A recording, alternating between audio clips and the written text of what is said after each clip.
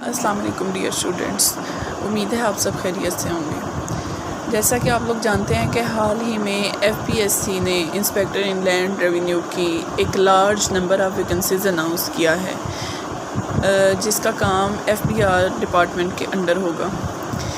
ये आज का हमारा लेक्चर उसी की इंफॉर्मेशन के मुतल्लिक है और मैं कोशिश करूँगी कि उससे अप्लाई करने के मुतल्लिक या उसके सारे प्रोसीजर के मुतल्लिक, उसके सिलेबस या ड्यूटीज़ के मुतल्लिक जो भी इंफॉर्मेशन है वो सारी इस लेक्चर में दे दूँ आपको। सबसे पहले तो मैं आपको बता दूं कि FBR यानी कि फ़ेडरल बोर्ड ऑफ़ रेवेन्यू क्या है। Federal board of revenue Federal का एक इदारा है जो कि टैक्स से रिलेटेड जितने भी मामलात हैं उनको डील करता है, चाहे वो टैक्स कलेक्ट करना हो या टैक्स से रिलेटेड क्राइम्स को डील करना हो। इंस्पेक्टर इनलैंड रेवेन्यू FBR की एक पोस्ट है जिसका कि 16वां स्केल है, यानी कि BPSC 16 है, और ये हाल ही में FPSC की एडवर्टीज़मेंट नंबर 6/2021 में अनाउंस हुई हैं। इसका टोटल जो है वो नंबर ऑफ़ पोस्ट 492 हैं और इसका केस नंबर जो लोग अप्लाई करना चाहते हैं उनकी आसानी के लिए F4.116/2021 है। अच्छा जी, अब हम चलते हैं कि इसका एलिजिबिलिटी क्राइटेरिया क्या है। एलिजिबिलिटी क्राइटेरिया दो तरह का होता है, एक तो एज के हवाले से, एक क्वालिफ़िकेशन के हवाले से। एज के हवाले से इसका जो जनरल एलिजिबिलिटी है वो 20 से 28 साल तक के लोग इसमें अप्लाई कर सकते हैं, लेकिन इसमें 5 साल जनरल एज रिलैक्सेशन है, अपर एज रिलैक्सेशन, यानी कि टोटल 28 + 5 33 साल तक के लोग इसमें अप्लाई कर सकते हैं। जब हम जनरल एज रिलैक्सेशन की बात करते हैं तो उसका मतलब यही होता है कि वो सब के लिए है। अब क्वालिफ़िकेशन के हवाले से इसमें आपको 2nd क्लास या ग्रेड C बैचलर डिग्री चाहिए, लेकिन आपको जनरल BA नहीं चाहिए। इसमें उन्होंने स्पेसिफ़िक डिसिप्लिन्स दिए हैं कि जो उस फील्ड से रिलेटेड हैं। अगर उन डिसिप्लिन्स में आपकी बैचलर डिग्री है तो आप एलिजिबल हैं इसमें अप्लाई करने के लिए, और वो 5 डिसिप्लिन्स हैं जिनमें economics, commerce, statistics, business administration और लॉ यानी कि LLB है। अब जैसा कि मैंने आपको बताया कि ये टोटल नंबर ऑफ़ पोस्ट्स 492 है, लेकिन इसमें चूँकि ये फ़ेडरल की पोस्ट है तो इसमें उन्होंने हर सूबे का कोटा होगा। अब उस कोटे की 3 बेसिस में उन्होंने डिवीज़न की है, एक तो ओपन मेरिट होगा, एक वुमेन कोटा होगा, एक माइनॉरिटीज़ और नॉन मुस्लिम्स के लिए होगा। उसकी डिटेल्स आप लोग के सामने स्क्रीन में शो भी होंगी और मैं एक क्विक रिव्यू आपको बता भी देती हूँ। इसमें जो general for whole Pakistan open merit पे सीट्स हैं वो 37 हैं। अब हम पंजाब के कोटे पे आ जाते हैं। अच्छा, कोटा की डिवीज़न जो है वो पॉपुलेशन बेस होती है। पंजाब चूँकि आबादी में सबसे ज़्यादा है तो इसकी नंबर ऑफ़ वैकेंसीज़ ज़्यादा होती हैं। पंजाब का जो इसमें कोटा है वो टोटल जो है वो 242 यानी 242 सीट्स हैं, जिनमें ओपन मेरिट पे 209, विमेन कोटा में 24 और माइनॉरिटीज़ और नॉन मुस्लिम्स के लिए 12 यानी कि 12 सीट्स हैं। सिंध को उन्होंने 2 हिस्सों में डिवाइड किया है, सिंध अर्बन और Sindh rural.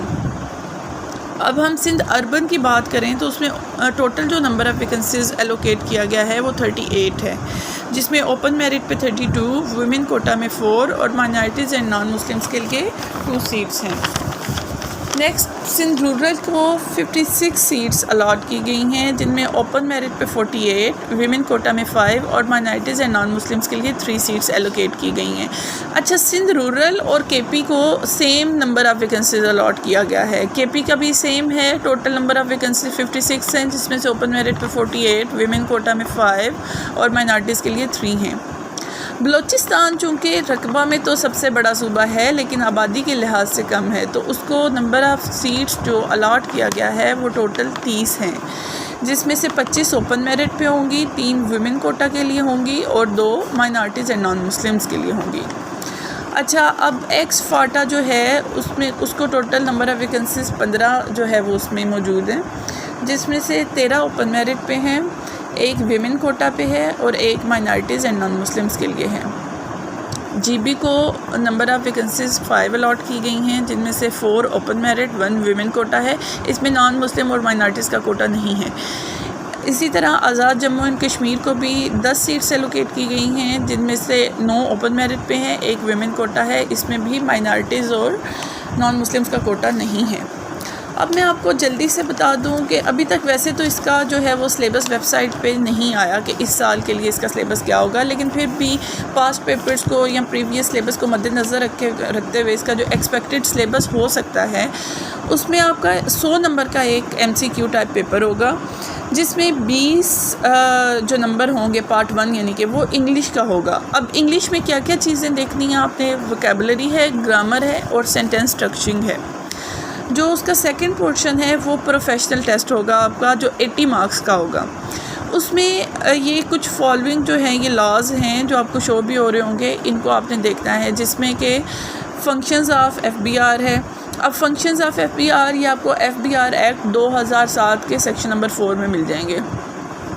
Fiscal policy of Pakistan है, टैक्स रिफॉर्म्स इन पाकिस्तान हैं, sales tax act 1990 amended up to 2021, federal excise act 2005 amended up to 2021, income tax ordinance 2001 amended up to 2021। ये तो इसका एक्सपेक्टेड सिलेबस हो गया। अब इंस्पेक्टर इनलैंड रेवेन्यू की जनरल ड्यूटीज़ क्या होती हैं? ये रिकवरी कराता है टैक्सेस की, इंक्वायरीज़ और उनकी रिपोर्ट्स पेश करनी होती हैं। इसने जनरल सर्वे कंडक्ट कराता है अपनी पावर्स में रहते हुए, और ये एक्यूरेसी ऑफ रजिस्ट्रेशन प्रोसेस या रिक्वायर्ड रजिस्ट्रेशन जो है वो इसके ज़िम्मे होती है कि उसको इंश्योर करे कि वो एक्यूरेट रजिस्ट्रेशन हुई है। ये हमने कोशिश की है कि एक ब्रीफ सा इंट्रोडक्शन आपको दे दें। अब इसकी ये एडवर्टीज़मेंट नंबर तो 6 थी, मैंने आपको शुरू में भी बताया, और इसके अप्लाई करने की आखिरी तारीख जो है वो 16 अगस्त 2021 है, यानी कि अभी इसकी तारीख़ है, आप लोग अप्लाई कर सकते हैं। और इसके अलावा ये लॉ ग्रेजुएट्स के लिए एक बहुत अच्छी अपॉर्चुनिटी है अगर आप लोग इसकी तैयारी करें, इसमें अप्लाई करें, क्योंकि एक लार्ज नंबर ऑफ़ वैकेंसीज़ है, तो ये एक बहुत गोल्डन अपॉर्चुनिटी है। तो आप सब अप्लाई करें। अल्लाह पाक आपका हामी नाज़िर और आपके लिए आसानियाँ पैदा फरमाए। Thank you so much.